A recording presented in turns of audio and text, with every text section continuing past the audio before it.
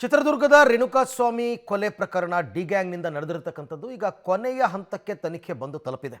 Devil ಗ್ಯಾಂಗ್ನಲ್ಲಿ leader Darshan Parappana ಅಗ್ರಹಾರದಲ್ಲಿ VIP ಟ್ರೀಟ್ಮೆಂಟನ್ನು ಪಡೆದು ಇದೀಗ ಬಳ್ಳಾರಿ ಸೆಂಟ್ರಲ್ ಜೈಲಿನಲ್ಲಿ ಸಂಕಟ ಪಡ್ತಾ ಇದ್ದಾರೆ. ಬೆನ್ನು ನೋವು ಮಲಬದ್ಧತೆಯಿಂದ ಬಳಲ್ತಾ ಇರುವ ದರ್ಶನ್ ಸಾಕಷ್ಟು ತೊಳಲಾಟವನ್ನು ಅನುಭವಿಸ್ತಾ ಇದ್ದಾರೆ. ಈ ನಡುವೆ ಪ್ರಕರಣದ ಸಂಬಂಧ ಚಾರ್ಜ್ ಶೀಟ್ ಸಲ್ಲಿಕೆಗೆ ಕೌಂಟ್ ಡೌನ್ ಕೂಡ ಶುರುವಾಗಿದೆ. ಯಾವುದೇ ಕ್ಷಣದಲ್ಲಿ ಪೊಲೀಸರು ಕೋರ್ಟ್ಗೆ ಚಾರ್ಜ್ ಶೀಟನ್ನು ಸಲ್ಲಿಸಬಹುದು. ಇವತ್ತಲ್ಲ ನಾಳೆ ಸಲ್ಲಿಕೆಗೆ ಪೊಲೀಸರು ಅಂತಿಮ ಹಂತದ ತಯಾರಿಯನ್ನು ಮಾಡಿದ್ದಾರೆ. ಅಂದರೆ ಬಹುತೇಕ ಇವತ್ತು ಅಥವಾ ನಾಳೆ, ಇವತ್ತಾಗಲಿಲ್ಲ ಅಂತಂದರೆ ನಾಳೆ ಕೋರ್ಟ್ಗೆ ಚಾರ್ಜ್ ಶೀಟ್ ಸಲ್ಲಿಸುವಂತಹ ಪ್ರಕ್ರಿಯೆಗಳು ನಡೆಯುತ್ತೆ. 4,500 ಪುಟಗಳ ಚಾರ್ಜ್ ಶೀಟ್ ಅದು. ಒಟ್ಟು 17 ಜನ ಆರೋಪಿಗಳು. 17 ಜನ ಆರೋಪಿಗಳ ಬಗ್ಗೆ ಒಬ್ಬೊಬ್ಬರಾಗೇ ಬರಿತಾ ಹೋಗ್ತಾರೆ. ಯಾರ್ಯಾರು ಏನೇನು ಅಪರಾಧವನ್ನು ಮಾಡಿದ್ದಾರೆ, ಅದಕ್ಕೆ ಏನು ಸಾಕ್ಷ್ಯ ಸಿಕ್ಕಿದೆ, ಆ ಸಾಕ್ಷಿಗಳೇನು, ಟೆಕ್ನಿಕಲ್ ಎವಿಡೆನ್ಸಾ, ಡಿಜಿಟಲ್ ಎವಿಡೆನ್ಸಾ, ಅಥವಾ ಪ್ರತ್ಯಕ್ಷದರ್ಶಿಗಳ ಅಥವಾ FSL ರಿಪೋರ್ಟು, PM ರಿಪೋರ್ಟು ಎಲ್ಲವನ್ನು ಕೂಡ ಮೆನ್ಷನ್ ಮಾಡಿ ಕೊನೆಗೆ ಅದೆಲ್ಲವನ್ನು ಈಗಾಗಲೇ ರೆಡಿ ಮಾಡಿದ್ದಾರೆ.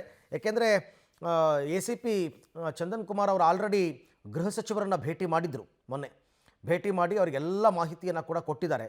ಅವ್ರ ಹತ್ರ ಚಾರ್ಜ್ ಶೀಟ್ನ ಕಾಪಿ ಕೂಡ ಇತ್ತು. ಸೊ ಹಾಗಾಗಿ ಈಗ ಅದನ್ನು ಗೃಹ ಸಚಿವರ ಪರ್ಮಿಷನ್ ತಗೊಂಡಾಗಿದೆ. ಅದಾದರೆ ಕೊನೆಯ ಹಂತದಲ್ಲಿರೋದ್ರಿಂದ ಇವತ್ತು ಅಥವಾ ನಾಳೆ ಫೈನಲ್ ಆಗಿ ಚಾರ್ಜ್ ಶೀಟ್ನ ಕೋರ್ಟ್ಗೆ ಸಲ್ಲಿಕೆ ಮಾಡ್ತಾರೆ. ಸಲ್ಲಿಕೆ ಮಾಡಿದ್ಮೇಲೆ ಟ್ರಯಲ್ಸ್ ಶುರುವಾಗುತ್ತೆ. ಅಂದರೆ ವಿಚಾರಣೆ ಆರಂಭ ಆಗುತ್ತೆ ಕೋರ್ಟಲ್ಲಿ. ಈಗ ಚಾರ್ಜ್ ಶೀಟ್ ಸಲ್ಲಿಕೆ ಆಗಲಿ ಅಂತಲೇ ಇವರೆಲ್ಲರೂ ಕೂಡ ಕಾಯ್ತಾ ಇರ್ತಕ್ಕಂಥದ್ದು. ಒಂದು 3-4 ಜನ ಆಲ್ರೆಡಿ ಜಾಮೀನಿಗೆ ಅರ್ಜಿ ಹಾಕ್ಕೊಂಡಿದ್ರು, including A1 Pavithra Gowda. But ಎಲ್ಲರ ಜಾಮೀನು ಅರ್ಜಿ ಕೂಡ ವಜಾ ಆಗಿದೆ, ಜಾಮೀನು ಸಿಕ್ಕಿಲ್ಲ. ಎಲ್ಲರೂ ಕಾಯ್ತಾ ಇರೋದು ಚಾರ್ಜ್ ಶೀಟ್ ಸಲ್ಲಿಕೆ ಆಗಲಿ ಅಂತಲೇ. ಇವನ್ ದರ್ಶನ್ ಕೂಡ ಇನ್ನೂ ಜಾಮೀನಿಗೆ ಅಪ್ಲಿಕೇಶನ್ ಹಾಕ್ಕೊಂಡಿಲ್ಲ. ಒಂದು ಸರ್ತಿ ಚಾರ್ಜ್ ಶೀಟ್ ಸಲ್ಲಿಕೆ ಆದಮೇಲೆ ಏನೇನು ಆರೋಪಗಳನ್ನು ದರ್ಶನ್ ಮೇಲೆ ಮಾಡಿದ್ದಾರೆ ಅದನ್ನು ಅವರ ಪರ ಲಾಯರ್ ಕೂತ್ಕೊಂಡು ನೋಡಿ ಆಮೇಲೆ ಅವರು ಜಾಮೀನಿಗೆ ಅಪ್ಲೈ ಮಾಡ್ಕೋತಾರೆ. ಜಾಮೀನು ಸಿಗುತ್ತಾ ಬಿಡುತ್ತಾ ಸೆಕೆಂಡ್ರಿ. ಬಟ್ ಅದು ಒಂದು ಕಡೆ. ಇನ್ನೊಂದು ಕಡೆ ಟ್ರಯಲ್ಸ್ ಆರಂಭ ಆಗಬೇಕು. ಟ್ರಯಲ್ಸ್ ಆರಂಭ ಆದಾಗ ಅವರವ್ರ ಪರ ವಕೀಲರು ಬರ್ತಾರೆ, ಬಂದು ವಾದ ಪ್ರತಿವಾದಗಳನ್ನ ಮಾಡ್ತಾರೆ. ಏನು ಎತ್ತ ಇವೆಲ್ಲವೂ ಕೂಡ ನೋಡೋಣ. ಫಾಸ್ಟ್ ಟ್ರ್ಯಾಕ್ ಕೋರ್ಟ್ ಅಂತ ಕೂಡ ಹೇಳ್ತಾ ಇದ್ರು. ಬಟ್ ಅದ್ರ ಬಗ್ಗೆ ಇನ್ನೂ ಯಾವುದೇ ಐಡಿಯಾ ಇಲ್ಲ. ಫಾಸ್ಟ್ ಟ್ರ್ಯಾಕ್ ಕೋರ್ಟ್ಗೆ ಇವರು ಸರ್ಕಾರಕ್ಕೆ ಮನವಿ ಸಲ್ಲಿಸಬೇಕು, ಸರ್ಕಾರ ಎಸ್ ಅನ್ನಬೇಕು, ಆಗ ಫಾಸ್ಟ್ ಟ್ರ್ಯಾಕ್ ಕೋರ್ಟ್ ತ್ವರಿತಗತಿ ನ್ಯಾಯಾಲಯ ಅಂತ ಹೇಳ್ತಾರೆ, ಅದು ತಯಾರಾಗುತ್ತೆ. ಅಂದರೆ ಒಂದು ಫಾರ್ಮೇಷನ್ ಮಾಡ್ತಾರೆ.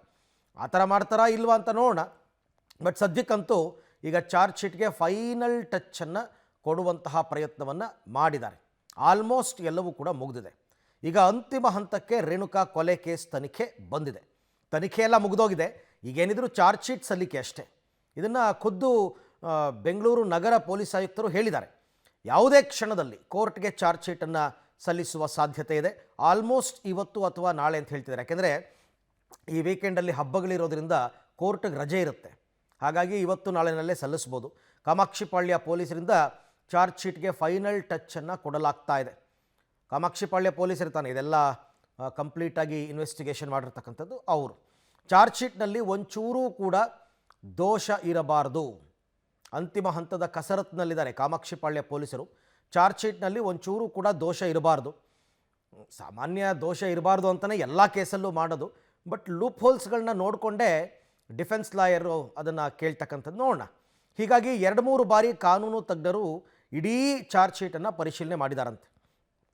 ಕಾನೂನು ತಜ್ಞರಿಂದ ಪರಿಶೀಲನೆಯನ್ನು ಮಾಡಿಸಿರ್ತಕ್ಕಂಥದ್ದು ಪೊಲೀಸರು. ಯಾರು ಎಸ್ಕೇಪ್ ಆಗಬಾರ್ದು ಈ ಪ್ರಕರಣದಲ್ಲಿ ಅಂತ. ಖುದ್ದು commissioner charge sheet draft copy ಮೇಲೆ ನಿಗಾ ಇಟ್ಟಿದ್ದಾರೆ. ಅವರು ಡೇ 1ಇಂದನೂ ಕೂಡ ನಿಗಾ ಇಡ್ತಾ ಇದ್ದಾರೆ. ಚಾರ್ಜ್ ಶೀಟ್ ತಯಾರಿಕೆಗೆ ಕಾನೂನು ತಜ್ಞರಿಂದ ಸಲಹೆಯನ್ನು ಕೂಡ ಪಡ್ಕೊಂಡಿದ್ದಾರೆ ಅಂತಕ್ಕಂಥ ಮಾಹಿತಿ ಇದೆ. Head of the charge sheet ಹೇಗಿರಬೇಕು, ಬಹಳ ಮುಖ್ಯವಾಗಿ. ಅಂದರೆ ಮೇಲ್ಗಡೆ ಒಂದು ಪ್ರಸ್ತಾವನೆ ಅಂತ ಬರೀತಾರಲ್ಲ, ಇಡೀ ಪ್ರಕರಣದ ಸಾರಾಂಶ, ಆ ಪ್ರಸ್ತಾವನೆ head of the charge sheet ಹೇಗಿರಬೇಕು. ಆಮೇಲೆ ಪ್ರಕರಣದಲ್ಲಿನ ಸಾಕ್ಷಿಗಳ ಹೇಳಿಕೆಯನ್ನು ಎಲ್ಲೆಲ್ಲಿ ಮೆನ್ಷನ್ ಮಾಡಬೇಕು, ಅದು ಇಂಡಿವಿಜುವಲ್ ಆಗಿ ಹಾಕ್ತಾ ಅಲ್ಲಲ್ಲಿ ಅದನ್ನು ಮೆನ್ಷನ್ ಮಾಡ್ತಾ ಹೋಗ್ತಾರೆ. ಏನೇನು ಸಾಕ್ಷಿಗಳು ಸಿಕ್ಕಿದೆ ಅದನ್ನೆಲ್ಲ ಹಾಕ್ತಾ ಹೋಗ್ತಾರೆ. ಅದಾದಮೇಲೆ ಡಿಜಿಟಲ್ ಎವಿಡೆನ್ಸ್ಗಳನ್ನ ಹೇಗೆ ನಮೂದಿಸಬೇಕು ಅಂತ. ಡಿಜಿಟಲ್ ಎವಿಡೆನ್ಸ್ ಅಂದರೆ ಇವರು ರಿಟ್ರೀವ್ ಮಾಡೋದೆಲ್ಲ ಇದೆಯಲ್ಲ, ಮೊಬೈಲ್ ರಿಟ್ರೀವ್ ಮಾಡಿರೋದು ಅದೆಲ್ಲವನ್ನು ಕೂಡ ಹಾಕ್ತಾರೆ. ಹೀಗೆ ಎಲ್ಲ ಅಂಶಗಳಲ್ಲೂ ಪೊಲೀಸರು ಫುಲ್ ಅಲರ್ಟ್ ಆಗಿದ್ದಾರೆ. ಹೈ ಪ್ರೊಫೈಲ್ ಕೇಸ್, ಇಡೀ ರಾಜ್ಯವೇ ಕಾಯ್ತಾ ಇರ್ತಕ್ಕಂಥ ಕೇಸ್ ಇದು. ಹಾಗಾಗಿ ತುಂಬ ಜವಾಬ್ದಾರಿಯಿಂದ ಇನ್ನೆರಡು ದಿವಸದಲ್ಲಿ ಇವತ್ತು ಅಥವಾ ನಾಳೆ ಆಲ್ಮೋಸ್ಟ್ ಚಾರ್ಜ್ ಶೀಟನ್ನು ಸಲ್ಲಿಕೆ ಮಾಡ್ತಕ್ಕಂಥ ಸಾಧ್ಯತೆ ಇದೆ. ಚಾರ್ಜ್ ಶೀಟ್ ಸಲ್ಲಿಕೆ ಮಾಡಿದ ಮೇಲೆ ಗೊತ್ತಾಗುತ್ತೆ ಯಾರ್ಯಾರ ಮೇಲೆ ಏನೇನು ಆರೋಪ ಮಾಡಿದ್ದಾರೆ. ಅದು ಓಪನ್ ಡಾಕ್ಯುಮೆಂಟ್, ಅದನ್ನು ಎಲ್ಲರೂ ಕೂಡ ಪಡ್ಕೋಬೋದು. ಇಂಡಿವಿಜುವಲ್ 17 ಜನರ ಮೇಲೆ ಬಂದಿರತಕ್ಕಂಥ ಆರೋಪ ಏನು, ಯಾರು ಕೊಲೆ ಮಾಡಿರ್ತಕ್ಕಂಥದ್ದು ಬಹಳ ಮುಖ್ಯವಾಗಿ ಪೊಲೀಸರು ಹೇಳೋ ಪ್ರಕಾರ ರೇಣುಕಾಸ್ವಾಮಿಯನ್ನು ಕೊಲೆ ಮಾಡಿರೋದು ಯಾರು? ದರ್ಶನ್ನ. ಕೊಲೆ ಮಾಡಿರೋ ಟೈಮ್ನಲ್ಲಿ ಅಥವಾ ಕೊಲೆ ಆದಂತಹ ಟೈಮ್, ಆತ ಮೃತಪಟ್ಟ ಟೈಮ್ 6ರಿಂದ 6:30 ಅಂತ ಹೇಳ್ತಾರಲ್ಲ, ಆಗ ದರ್ಶನ್ ಪಟ್ಟಣಗೆರೆ ಶೆಡ್ನಲ್ಲಿ ಇರಲಿಲ್ವಾ? ಅಥವಾ ಇವ್ರು ಬೇರೆ ಬರೀ ಹಲ್ಲೆ ಮಾಡಿ ಹೊಟ್ಟೋಗಿದ್ರಾ? ಕೊಂದವರೇ ಬೇರೆನಾ? ಹೀಗೆ ಒಬ್ಬೊಬ್ಬರ ಮೇಲೆ ಆರೋಪಗಳನ್ನು ಮಾಡ್ತಾ ಹೋಗ್ತಾರೆ. ಅದೆಲ್ಲವೂ ಕೂಡ ಮುಂದಿನ ದಿನಗಳಲ್ಲಿ ಆ ಚಾರ್ಜ್ ಶೀಟ್ ಸಲ್ಲಿಕೆ ಆದಮೇಲೆ ಗೊತ್ತಾಗುತ್ತೆ.